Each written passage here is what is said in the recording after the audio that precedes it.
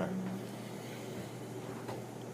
So, tonight's message in this series on rest is about rest.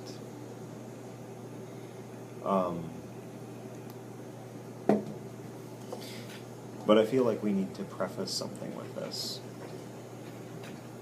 So,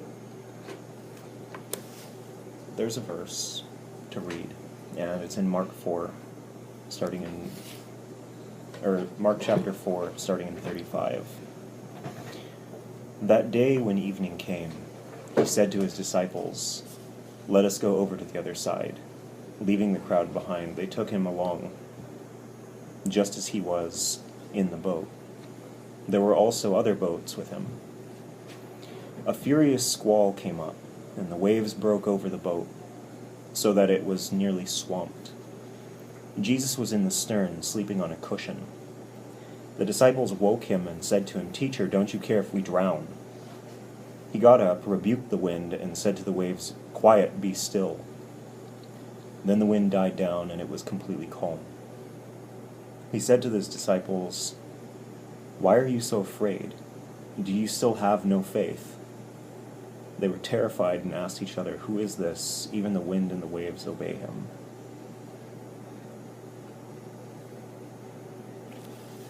So, one of the big problems with talking about rest as a concept, like we can talk about the Sabbath, which we can talk about trusting in God and where we can find rest in Him. But the truth of the matter is that rest in and of itself as a concept is not really considered anything of any significance. At the end of the day, the issue that most of us face as followers of Jesus is that we don't value it. Especially in our culture, American culture is so obsessed with progression. Its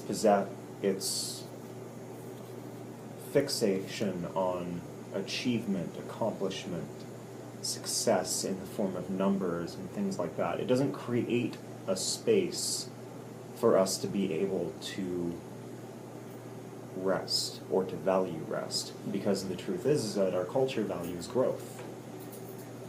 Whatever that growth looks like, it's what we value. Whether it's the growth of our business, the growth of our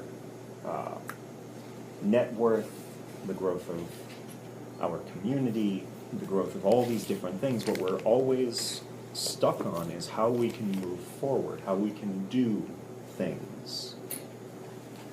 Well, rest is not really considered something to do. It's considered something to do after you've done those things.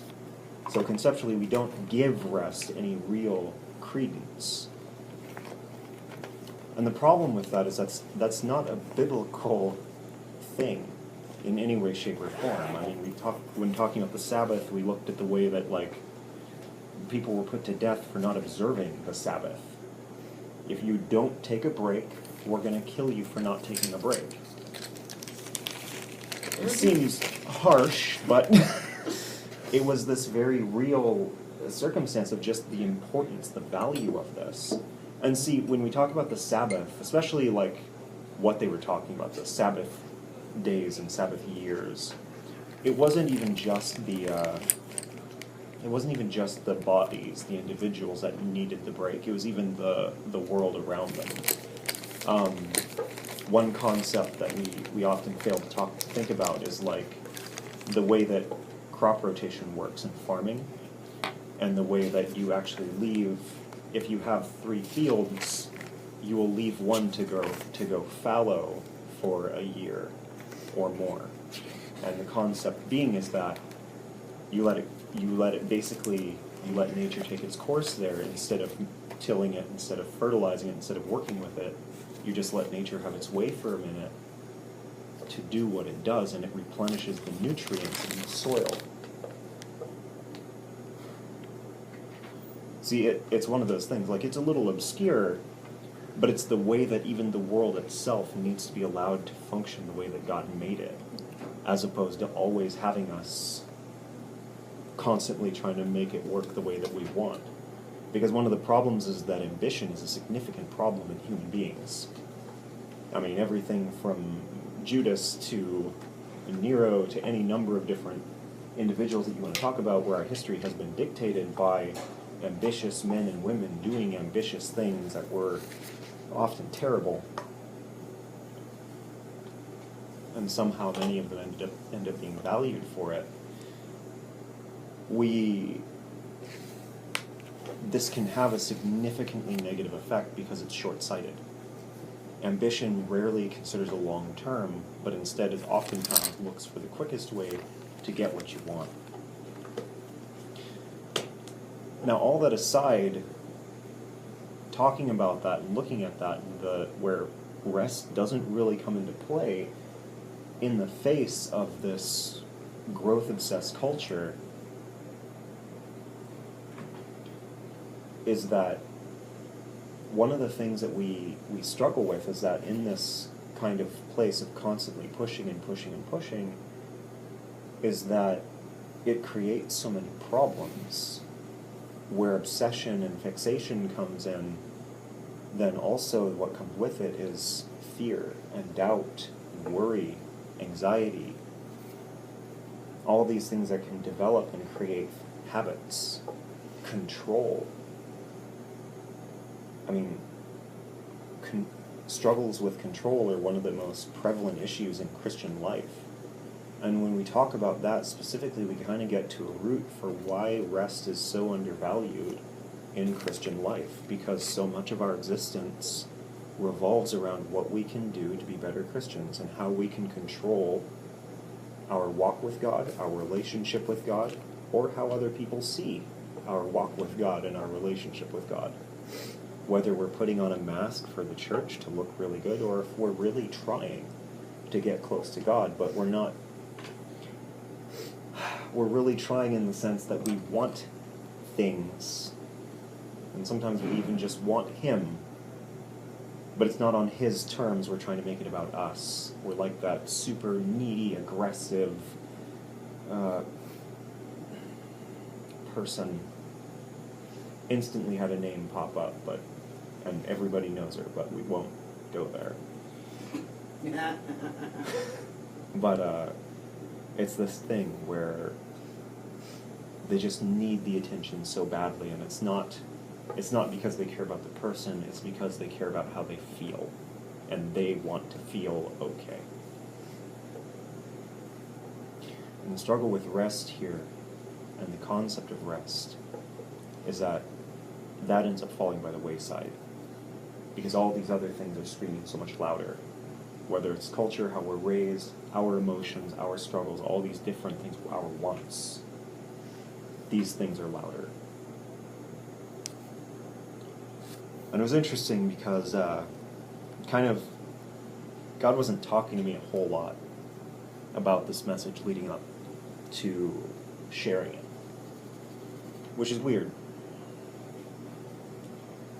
And I was having a hard time with it because, we talked about Sabbath a couple weeks ago, and it was just like, well, we have a day devoted to talking about rest as a concept. Well, where do we draw the line between them? Well, that happened. Talking about the concept of rest, the value of rest, where it is in the kingdom of God, and what it means, is something that we don't really consider.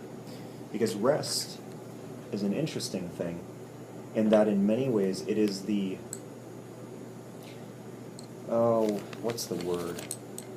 It's the celebration and also the affirmation, the statement of God's victory in your life. It was Graham Cook, who I was actually, Heather had turned on some messages to sleep to, and he, lo and behold, those messages shockingly were about rest. And something that he talked about, and a specific statement he made, was about rest as being a challenge, where God is challenging the life around you. He's challenging you to have peace in the face of everything that's so chaotic in life, because you know He's there with you, because you know that He will help you.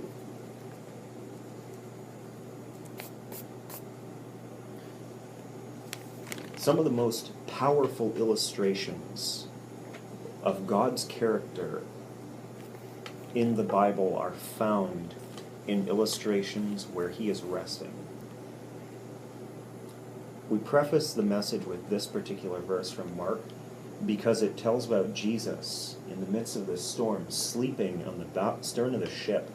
And this isn't even the only time that this happens in Scripture. You go back and read Jonah, and when the storm hit and people were panicking, Jonah was sleeping in the bottom of the ship. Jonah knew God. Jonah was even just like, hey, okay guys, if you throw me overboard, the storm will stop. God's mad at me. And he knew that he could be tossed overboard, and he knew he would be okay. You ever consider that level of peace and what that looks like? I mean, he's willing to be tossed into a stormy ocean, knowing that the God of heaven and earth is mad at him and causing the storm, because he knows that what God's about. Jesus sits here in peace and comfort, sleeping through this storm, while the disciples panic, fearing for their lives, and he just gets up and tells them to be quiet. And then he goes and sits, and that's it. And he just asks them, where's your faith? The thing about rest that we don't appreciate is that it is very much so an active element of participation as we walk with Jesus. We talked about Sabbath and basically the element where it's called. Like it's something that we're called to be in. It's something that God does. It's something to call our attention to the fact that, okay, this is a real thing. This is in the Bible, it's a scriptural thing, it's not even just a for your own health thing, but it does have all these benefits, where it's for your health and for your wellness in all these different ways. Then we talked about trust last week, and about how so much of the struggle with trusting God that we have, there's a place for us to know him and know who he is and be able to know that he's with us in everything. And see, the struggle that we run into with rest as a concept is those two things feed into it, but beyond that we don't value it, and it's so important to be able to just have comfort in the face of the world around us, even when it's uncomfortable. Oftentimes the description for God's peace is what? The best one that I've heard oftentimes to describe it is a small bird sleeping in front of a waterfall on a little branch right next to it, where just one stray drop could hit it and knock it off the branch, but yet it rests there. Because that's the thing about it, is we're never going to, we always think that what's going to happen is that God's going to put us in a place that's tranquil. It's going to be this nice, calm pool where we can just lay next to it and, be comfortable, but that's not the way the world works. And that's the part that God gets that we don't. God's perspective ends up being such that he knows that the world is running a certain way, and that's without him. There's a reason why Satan is called the king of the air. Even if he was never given that position, even if he was never granted that, a lot of people give it to him. And as such, the world is crafted by his cruelty. And the frustrating thing about it is so much of the church, we're so involved in trying to shoot each other that we're not paying attention to the fact that we have a legit enemy who's working in conjunction with itself against us. So we sit in this state of chaos all the time, and we can't have peace there unless we have God. Because the world's not going to stop. Just like in the Spiritual Warfare series, talking about how the demons aren't going to stop because you cave, the same is true here with rest, where the world's not going to slow down or become more comfortable. So we need to be able to function with God. And that statement by Graham Cook, God is challenging you to have peace in the face of the tumultuousness of the world. There's a thing here where peace, where rest is an aggressive action that is a direct response to the chaos that the enemy has created, it's a weapon in that sense. It's almost like we're called into battle, and our response is to set up our tents and take a nap in the middle of the field while the bombs are dropping and the flamethrowers are going off and the bullets are flying overhead, because we know that they can't touch us.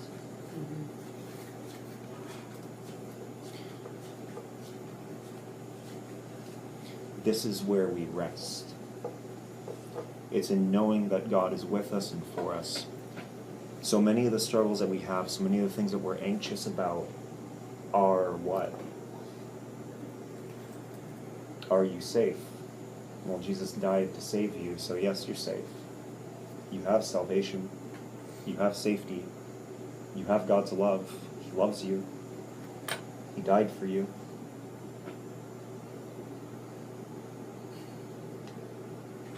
You can have peace in the face of these things. There are so many things that we strive for and fight for. You have an identity. You have something that God has bestowed you with. From the very beginning when you were born, it was built into your DNA. But then also, when we're reborn, there's so much more that comes with that. Everything's there. You have an identity. You don't have to make yourself into anything. So if you're safe, you're known, you're loved, He'll provide for you every step of the way. Whether you see it in the moment or not, it always comes. So what are we fighting for?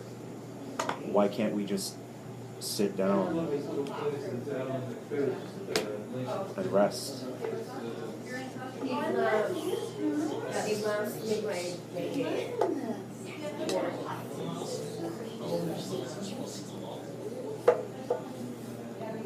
See, there's this understanding that we need so much of, where it pertains to this concept of what it is. And it's not just that we need to understand it, we need to grab a hold of it and make it a part of us. See, too often, too much of our lives have been spent feeling like God has abandoned us, or any of these other things.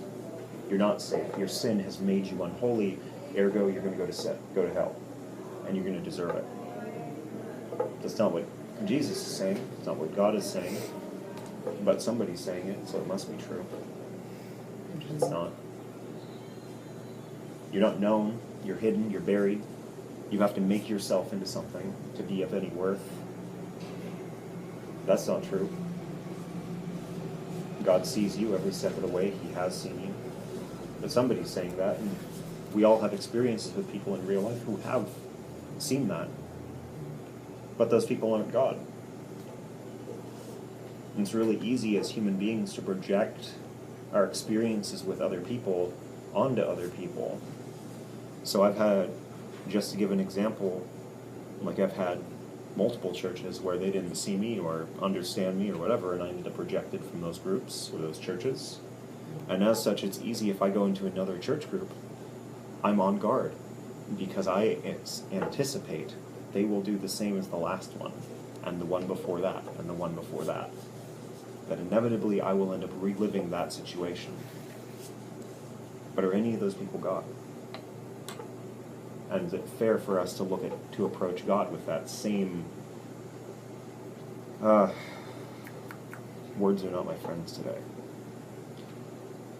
That same anxiousness, that same reservation. Presumption, yeah, that's another one. But is it fair for us to approach God with that same response, that same feeling? Well, no, of course not. And on top of that, we cognizantly we can know that God sees everything. So it's like He sees all this stuff and He still values us. He sees all of who we are, even the parts that we don't see. And it's funny how oftentimes that can actually be a scarier thing, when in reality He sees all that stuff and still loves us. still cares for us, and whether we appreciate or whether we feel we don't deserve that or not, it's still there. It's a place to take comfort.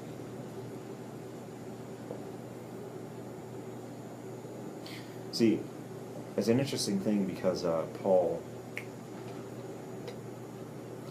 at one point, he talks about how he has learned to be content in all things. We can't really have contentment without some level of peace, without rest in that. And there's a place to function in a state of constant rest. And obviously you'll still need days, but there is a place to walk and function in such that you know you're okay. And to know that you're going to be okay. It's just a situation of knowing that, whatever's going to come up, God's going to help you with it. And yeah, there will be stuff that'll come up. And some of it will suck really bad. But He'll still help you with it. People will make choices. Because God's not always going to, kill somebody for coming against you in some way. He might. He might protect you, go that far to protect you, but there are a lot of situations where where what that action against you is somebody saying something mean or treating you badly in this way. It's not physical abuse. It could be argued as emotional abuse or something like that, but the point is that, or they might reject you. But it's this thing where when that comes up, God will be there for you.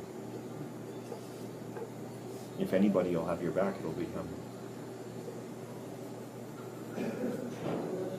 And the frustrating thing is that sometimes, especially for people who are called by Him, which is pretty much everyone in the room right now, you'll be sent to people to minister to them, and it'll be known that they're going to reject you. And that's part of the territory. And part of it is to remember that God, even though He sent you to represent Him. And to take peace in the knowledge that they're not rejecting you for you, they're rejecting Him for Him. You're just the messenger.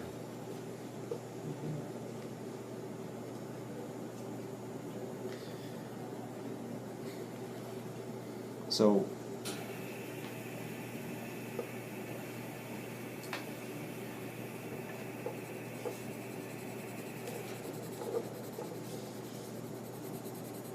with all of that said,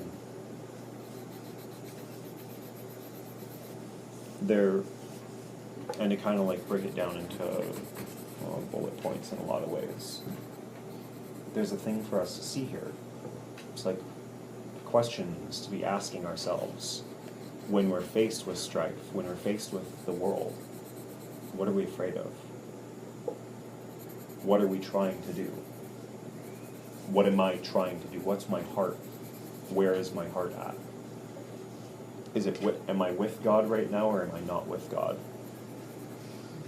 And to know that, with that question, because I know for myself, when I find myself asking that question and then having to face the reality that maybe I'm not with God, I can kind of panic sometimes.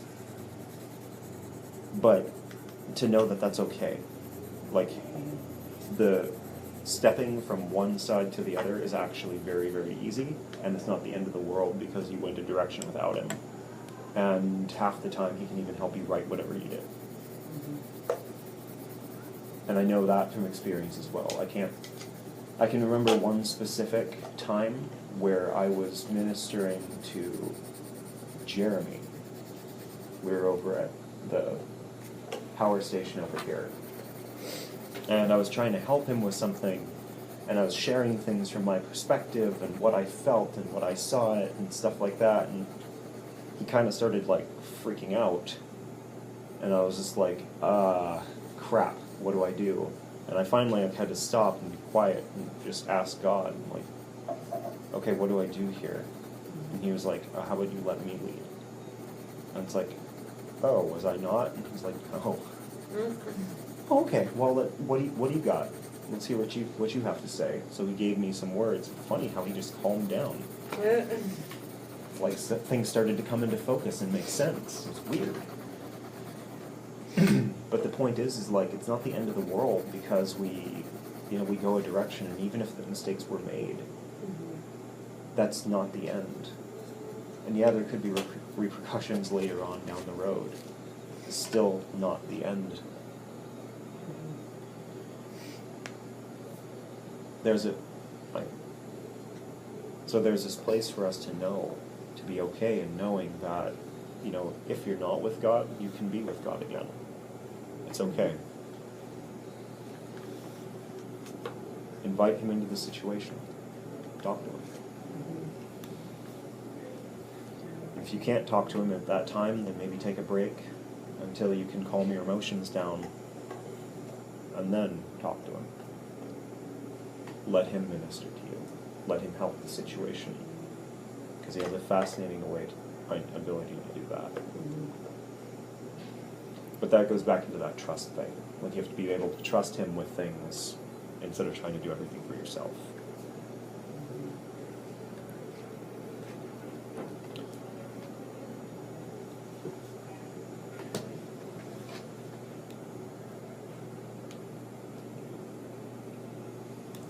So there is this active participation with rest that needs to happen, where we look at what we're doing and why are we stressing? Why are we afraid? Where's our faith? Do we believe in God in this place or not? And if we don't, obviously that will cause strife, but perhaps it is a thing to acknowledge where we don't and ask him to show us, to provide us the faith, the belief.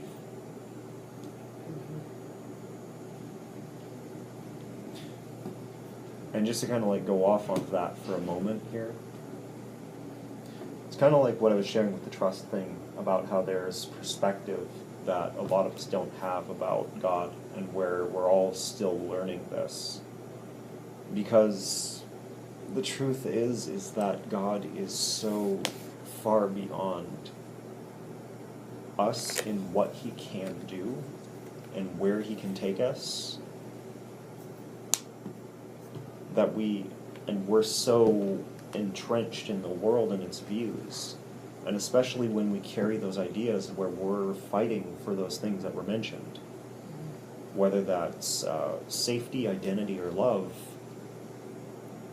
We devote so much time to fighting for those things and trying to acquire them for ourselves, or meaning, it's another one, that we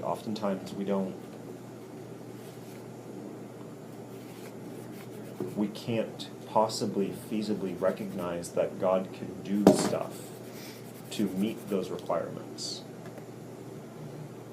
Whether it's something completely insane that's impossible to us and suddenly it's happening, Jeremy.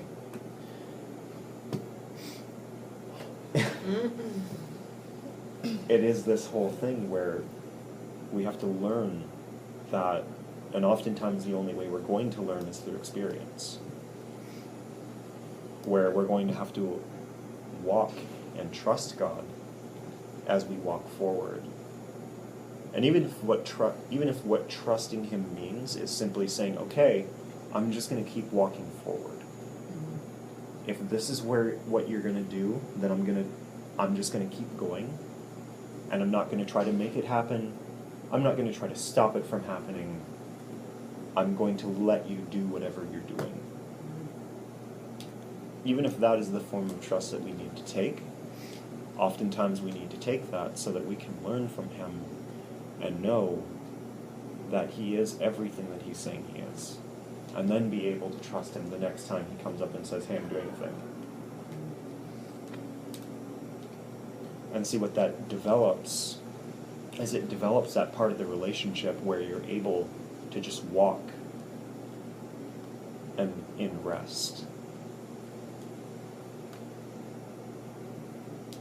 and to be able to have rest in the face of so much that would, in the past, have terrified you. It would have inspired you to stand up and fight. It would have inspired a response from you that says, I'm taking charge of this thing in my life. Even if that thing is something that's supposed to have been surrendered to God.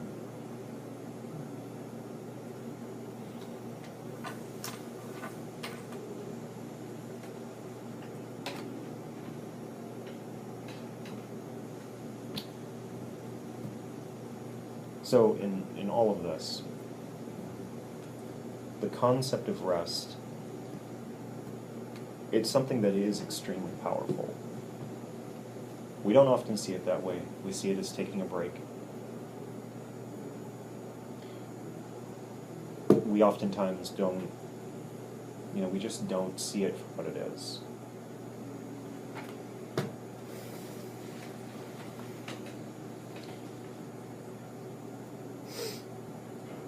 We don't see the value in it, so it gets brushed aside. But the value in it is that it does take care of you and also takes care of so many other things, as well as being, as I said in the beginning, it's a celebration of God's victory in our lives. See, that whole mentality of that we carry of, rest is something that you do when all the other things are done. Well, all the other things are done. And that's kind of the point. We oftentimes struggle with this because we talk about how, there's victory in the Lord. The battle is already won in regard to the spiritual fight between, life and the enemy and all that other stuff. And that's accurate. That doesn't change. Just because we have demons running around trying doesn't mean that is an inaccurate statement. See, that statement remains true because we've been given aside from God already having defeated them in the sense that Jesus died and rose again, there's also where we were imbued with the power and authority to fight them off. And then even beyond that, once we look past that and acknowledge this place where if we have all of this laid out before us, then what is there to fear? What is there to be caught up in? And to be able to stand in that knowledge that, it's already done. We don't need to fight this war in the sense that we don't need to be involved in it. We don't need to be, I'm not phrasing this very well. We don't need to be lost in this fight. It doesn't define us. That's what I'm trying to say. It's somebody else's battle, it's already won, and even though we at times have to participate because they won't leave us alone, it doesn't mean that it becomes us. Because all that does, anybody that gets caught up and lives a life of war, defines themselves by the battles they're in. And that's not really for us. We're sons and daughters, we're not warriors.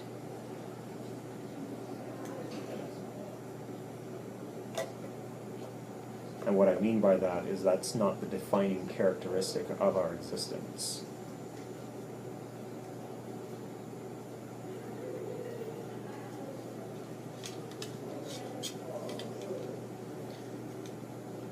This is also where we're able to pull away from so much of the kind of rat race that we exist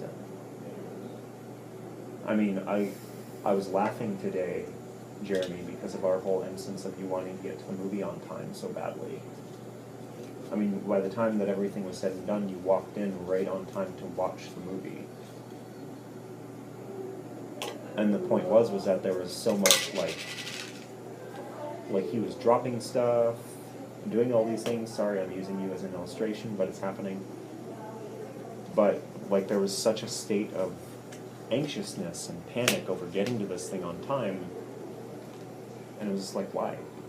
Even if we're late, it's okay. Mm-hmm. And still.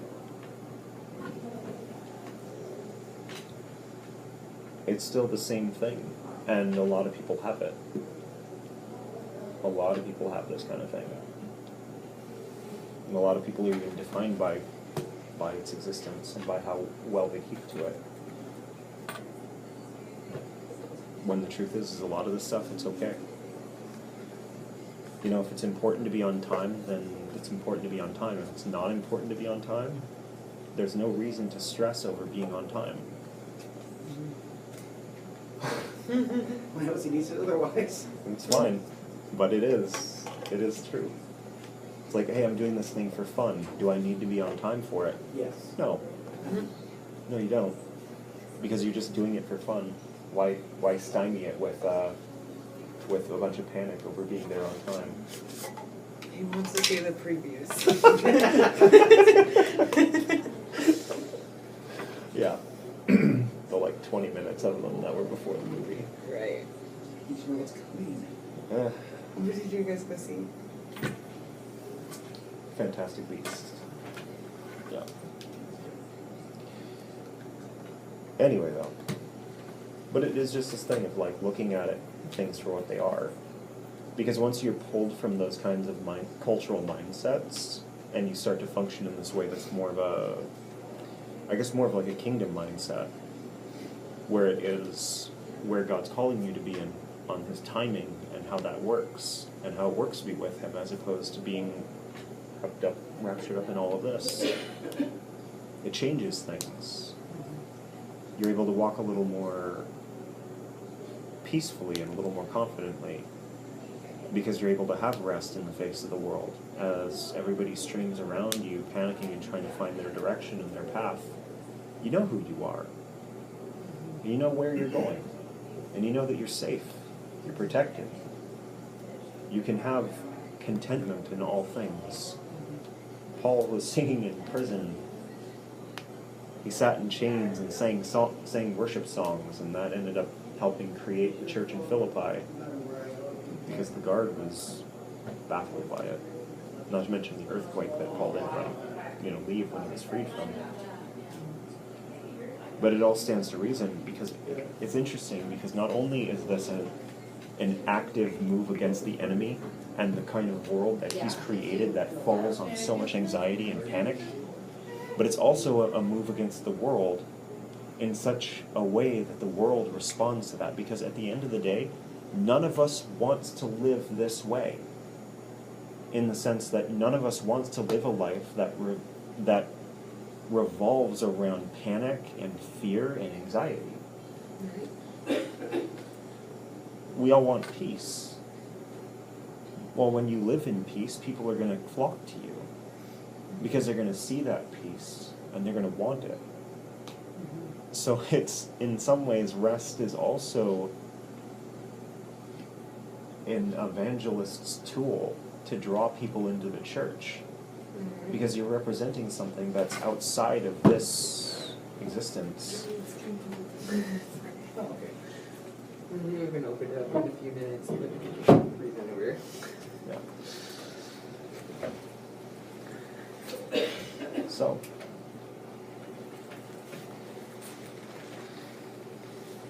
but it has this effect. I mean, it's why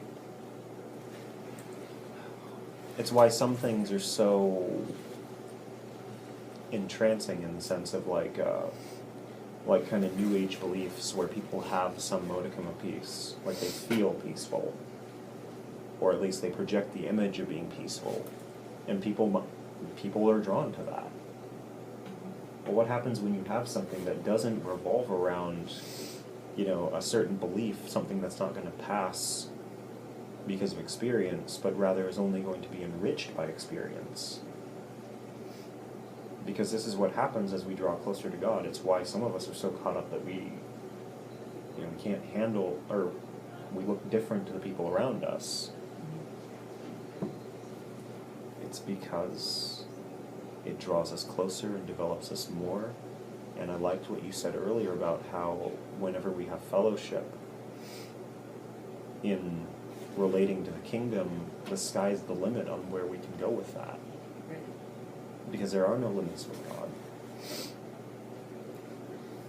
everything from conversation to experience has so much depth that can be reached and such a height that can be attained. There's a rest to be had in knowing that who we are is built in Jesus and not in things that will fade. Bodybuilders eventually they stop being able to be bodybuilders. Fishermen eventually stop being able to fish. Alright. Hunters stop being able to hunt. It just goes on and on because eventually we die. But God, that's not true. Jesus gives eternal life. Water where we will never thirst again. Food where we can always live and be sustained.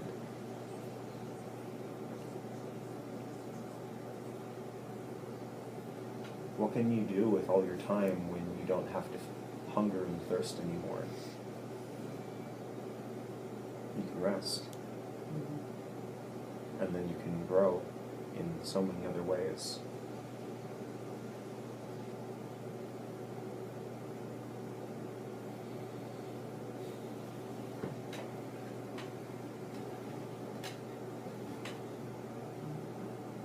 Said, I always remember my world history teacher in high school. He was an awful teacher.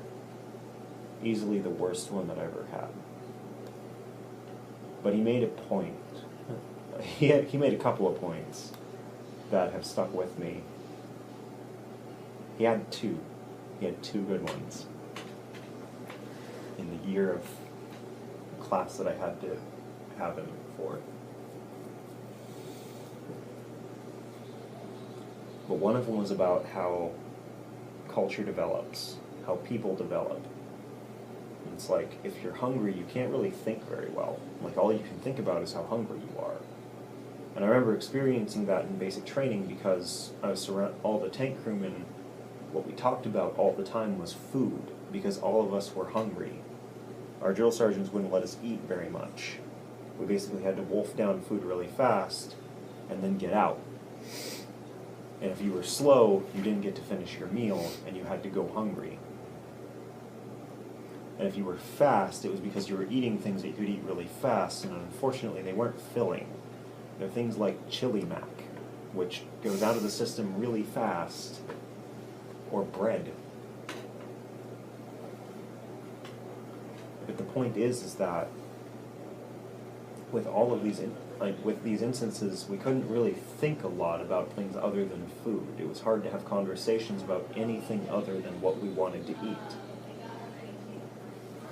But this teacher made this point about it where it was like, see, what he was saying, that what allowed people to grow and cultures develop was when they stopped needing to hunt and gather all the time and they were able to start farming. Because once they were farming, they had ready and available sources of food, once they got good at it anyways. So if they didn't need to constantly search for food, they could stop and think about things other than food. They could invent, they could build, they could grow, they could see the world in new, different ways. Again, Jesus gives us food and water to sustain us forever.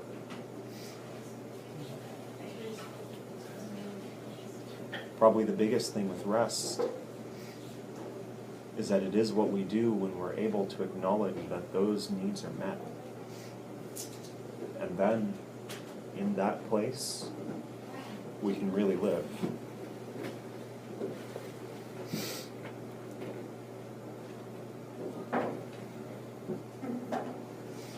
Anyways. And that's what I got.